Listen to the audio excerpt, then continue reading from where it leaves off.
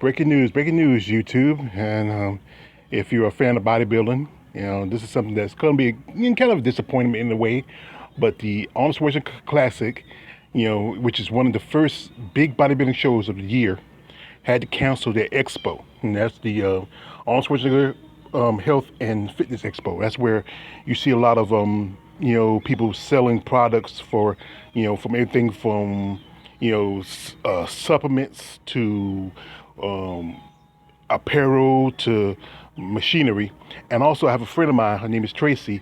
Her and her husband, they own a CBD company. Well, you know what CBD is. It's an extract of from um, marijuana or from hemp, where they use as a oil for for healing, for health issues, you know, and it's just something. It's not marijuana per se because it don't have THC, which is the one factor that makes marijuana so very addictive and very very really loosening up. But the CBD is mostly used they use the oil for like you have like aches and pains stuff like that.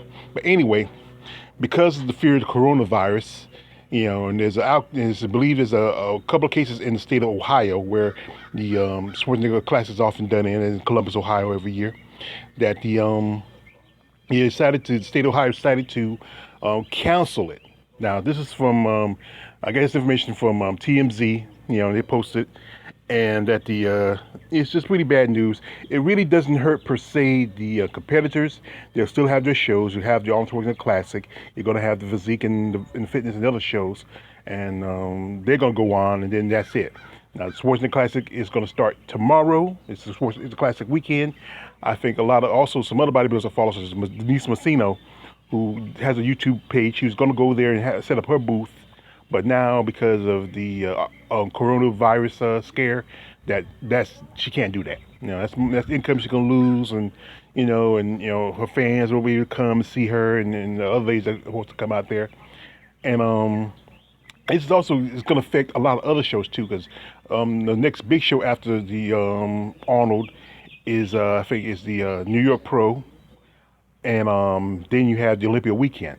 And if we still have the coronavirus virus outbreak still going on, a lot of those shows are going to lose a little revenue, because the thing with these shows, they have the little kind of like a meet and greet thing. You get to see certain athletes. You get to see this. You get to walk around, buy some stuff. It's like when you go to a fair or something like that. You see all these vendors and stuff and all that, but it's really gonna affect the outcome of a lot of these shows.